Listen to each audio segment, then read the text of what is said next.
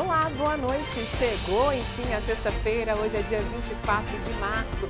Seja muito bem-vindo. Eu sou Viviane Costa e vai ser um prazer ter a sua companhia para a gente poder fechar junto a semana e você ficar bem informado. Então, vem comigo, já estamos no ar.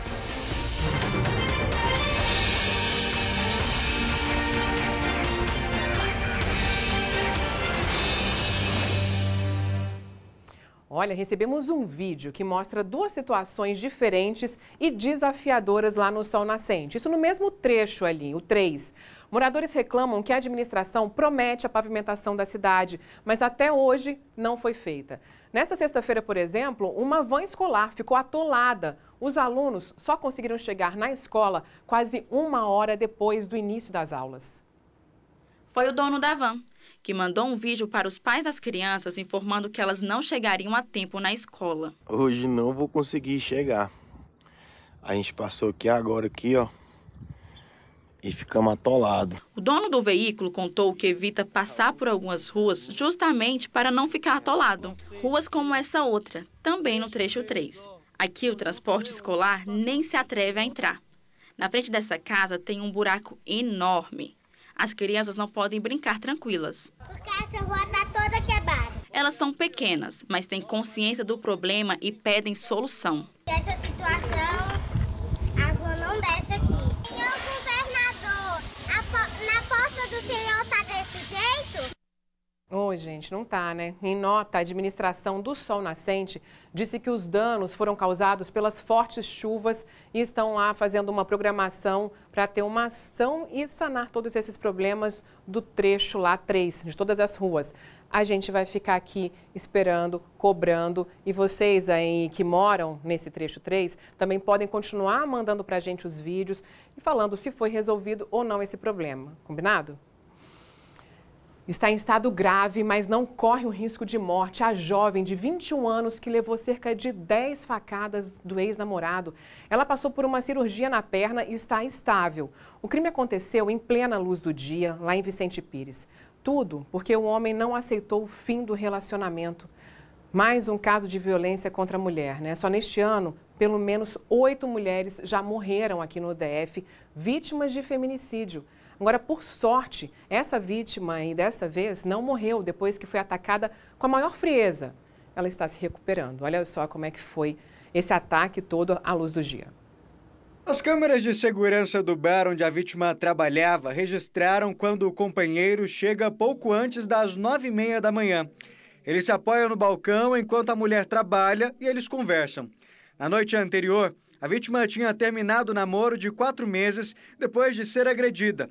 Por não aceitar o fim do relacionamento, o homem tenta matar a ex. Ele tira uma faca da cintura, empurra e começa a golpeá-la. Pelo menos 10 facadas atingiram a vítima, que gritava por ajuda. Depois do crime, ele sai como se nada tivesse acontecido. O homem que passava em frente à loja ouve os gritos e encontra a mulher se arrastando.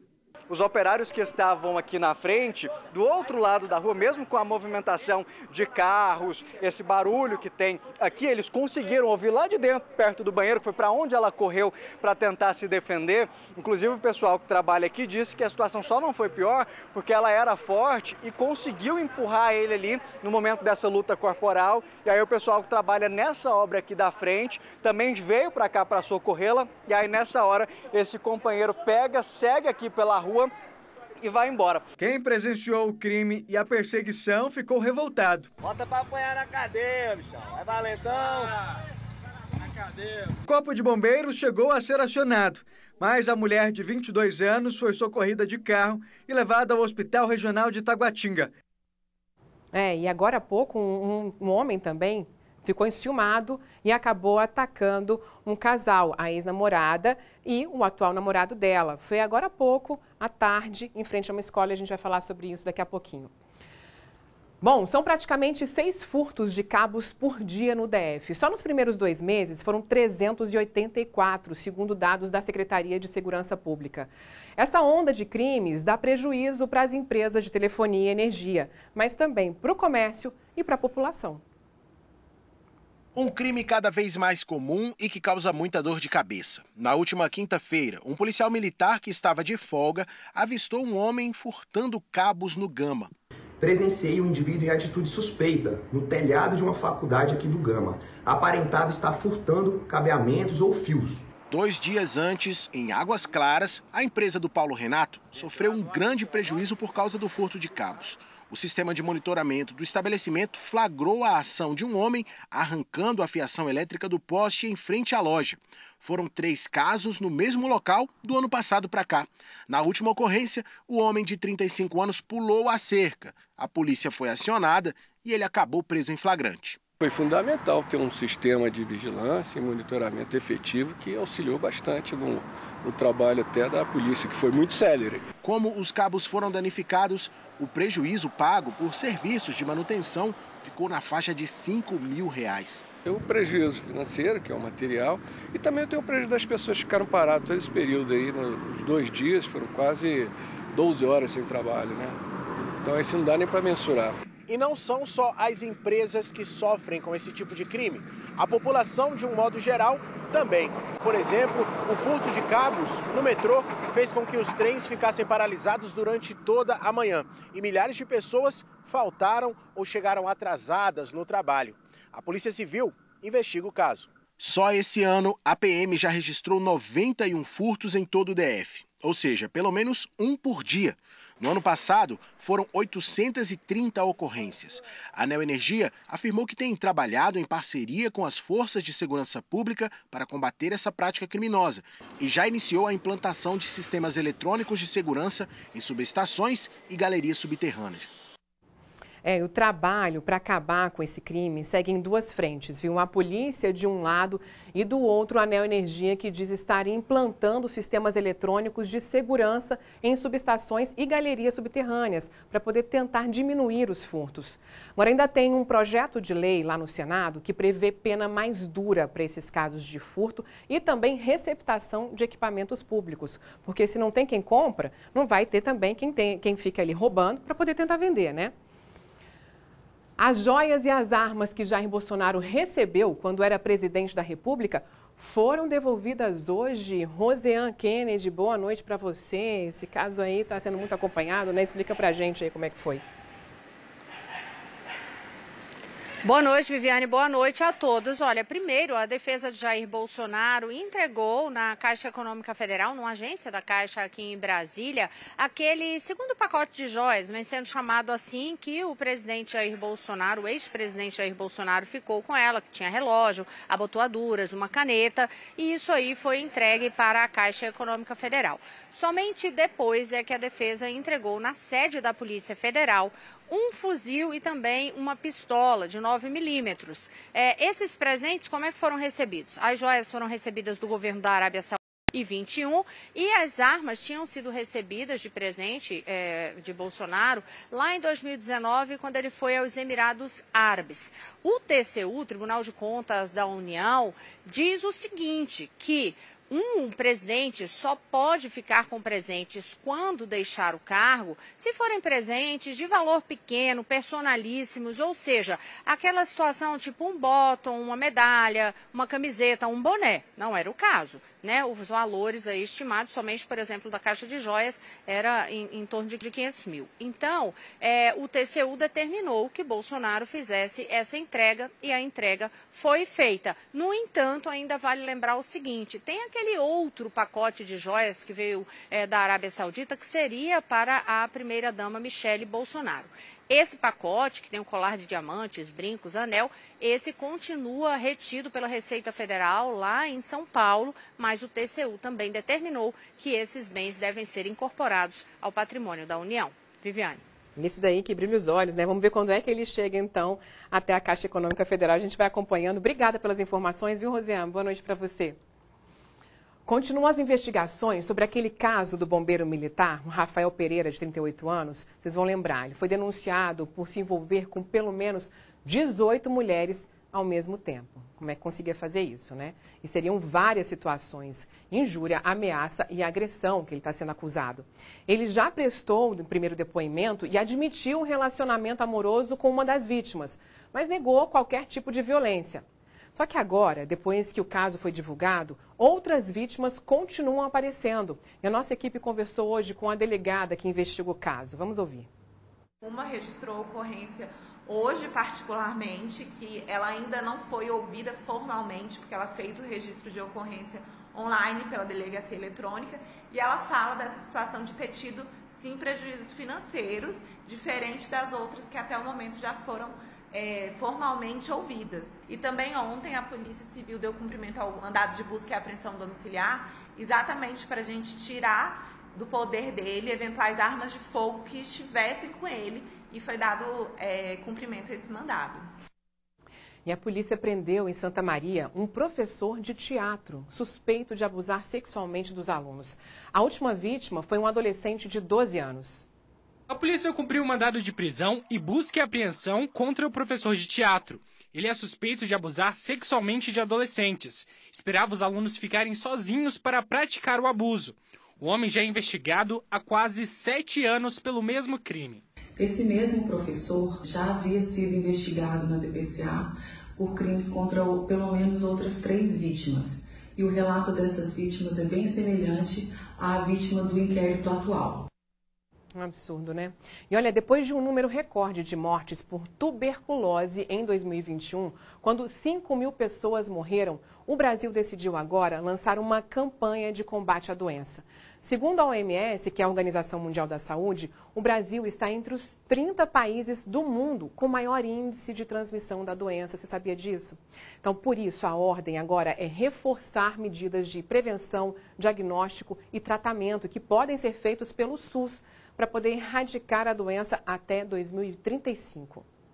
Segundo o Ministério da Saúde, no ano passado, cerca de 78.000 pessoas adoeceram por tuberculose no país, um aumento de 4,9% em relação a 2021. A meta é alcançar populações mais vulneráveis, como pessoas em situação de rua, pessoas privadas de liberdade, vivendo com HIV/AIDS, imigrantes e comunidades indígenas. Os principais sintomas são tosse por 3 semanas ou mais, febre e emagrecimento. A BCG está no calendário nacional de vacinação, mas o quadro de doentes aumentou justamente por causa da queda da cobertura vacinal. Por isso, é importante incentivar a imunização, em especial das crianças. A tuberculose tem cura, mas o diagnóstico precoce é fundamental. Ela é transmitida pelo ar. Quando uma pessoa doente espirra ou tosse, está entre as doenças infecciosas que mais matam no mundo, atrás apenas da Covid-19. Eu comentei agora há pouco com vocês, né? Hoje à tarde, no fim da tarde, um jovem foi preso ao ferir a namorada. Na verdade, o namorado da ex-companheira. Vamos conversar com a Amanda Mustafa. Amanda, uma situação para a gente, porque dessa vez foi em frente à escola e com uma adolescente. Isso mesmo, Vivi, boa noite a todos. Em frente a uma escola particular no setor central do Gama. E o autor, Vivi, é um homem de 21 anos, que é ex-namorado de uma adolescente de 15 anos. Esse homem ele foi até o local tirar satisfação com a ex-namorada por ciúmes, inconformado aí com o término do relacionamento. Viu o adolescente com o namorado dela, que é um adolescente também de 15 anos. E esse adolescente, ele foi interferir na briga dos dois. Nesse momento, o casal foi ferido pelo homem, ele cravou um canivete na nuca do jovem. A sorte é que um policial militar que passava pelo local, ele conseguiu impedir, né, que algo pior do que isso acontecesse. O homem ele foi preso pela PMDF, foi conduzido à 20ª Delegacia do Gama e vai responder pelos crimes de homicídio tentado e feminicídio tentado. O adolescente foi levado ao Hospital Regional do Gama em estado grave e a adolescente, ela sofreu ferimentos leves, também foi levada ao hospital e já foi liberada. Vivi, a gente vai seguir acompanhando esse caso. Eu volto com você aí no estúdio. Boa noite. Obrigada, boa noite para você também, Amanda. E olha, depois de mais de 10 anos, moradores da QNN 24 podem, enfim, aproveitar uma área de lazer que há tempos virou um lixão. Pois é, agora é uma praça que contou até com a ajuda de grafiteiros locais para ficar ainda mais atrativa. Olhando assim, tudo novinho, nem parece que um dia essa praça na QNN 24, em Ceilândia, já foi um depósito de lixo e entulho. Olha só essas fotos. A dona Gessilane mora aqui perto há 10 anos e lembra bem como era. Nossa, que era horrível, horrível. Era uma cena muito feia de lixo. Isso sem contar os insetos e animais que tornavam tudo pior. Pergunta para Josiane, que mora aqui há mais de 4 anos. Barata, formiga, era escorpião, era um monte de coisa andava. E a dona Inácia, que vive na quadra 24 desde 1978. Todo o lixo que tinha aí na rua ficava nesse local, nós vivíamos sufocados, o Pedro ia pascar. Vai esse conjunto quase todo. Mas tudo isso é passado. A praça passou por uma reforma completa. Foi limpa e ganhou bancos novos, lixeiras e até barra para exercícios. Foram retirados mais de 11 toneladas de lixo. Ao todo, a reforma do espaço demorou 3 semanas para ficar pronta. O trabalho em conjunto entre a SLU, Nova Cap e a administração de Ceilândia contou com uma parceria importante. 20 grafiteiros que moram na região transformaram o muro, que antes era pichação, em obra de arte. É importante para a comunidade, né? Para a gente poder passar até um exemplo, né? De ver que o grafite é uma forma também de evoluir como pessoa e poder deixar aqui a pracinha bonita, né? A revitalização da praça da QNN 24 em Ceilândia é parte de um projeto que tem como objetivo recuperar pontos irregulares de descarte de lixo em todo o Distrito Federal. Com esse projeto, a gente acredita que a população, além de fiscalizar, vai inibir essas pessoas que fazem o descarte irregular. Nós temos aqui na Ceilândia 3 papo-entulhos, onde a população pode estar descartando corretamente os seus resíduos. Restos de obras, poda de árvores, móveis velhos, óleo de cozinha, tudo isso pode ser descartado em lugares apropriados. Aliás, vale lembrar que o descarte irregular de lixo ou entulho é crime ambiental e quem for pego pode ser condenado a pagar multa de R$ 2.000 a R$ 22.000. A gente recebe via ouvidoria as denúncias e reclamações e aí a gente faz uma operação e atua no sentido de resgatar a situação original daquela área. E você lembra da dona Gessilane, que conhecemos no início da matéria? Olha o que ela acha agora da nova praça. Para a gente ver hoje, a gente que mora aqui perto, ver desse jeito, tá de parabéns. Olha, falamos ontem sobre a proposta de reajuste de 18% para os servidores distritais que Ibanez Rocha mandou para a Câmara Legislativa, né? Agora o governo federal assinou um acordo para reajustar os salários dos servidores federais. O aumento será de 9% a partir de maio para ser pago em 1º de junho. O acordo prevê também um reajuste de 33,6% no auxílio alimentação, que vai passar para R$ 658 mensais. Olha, assim como o reajuste distrital, ainda precisa de aprovação, viu? Mas, nesse caso, lá no Congresso Nacional. E o último reajuste dos salários dos servidores federais foi em 2016. E você gosta de teatro? Agora, se for para assistir a uma peça de graça, sem pagar nada, é melhor ainda, né? Pois então aproveite, porque a peça Malandro Batuqueiro está em cartaz hoje, amanhã e domingo, lá no Teatro Pé Direito, na Vila Telebrasília. É um espetáculo bem humorado, em que os personagens se envolvem ali com o samba, com o carnaval, na periferia de Brasília. É uma história que procura desconstruir a figura do malandro como aquele ser folclórico. Para saber mais sobre a peça e como retirar os ingressos, é só entrar no Instagram, no perfil Malandro Batuqueiro. Está aí na tela para você, é o @Malandro Batuqueiro, de graça. Uma das opções, então, para o fim de semana. Muito obrigada pela sua companhia durante toda a semana. Uma ótima sexta-feira. Aproveite para descansar. A gente se vê de novo na segunda-feira. Um beijo para você. Tchau, tchau.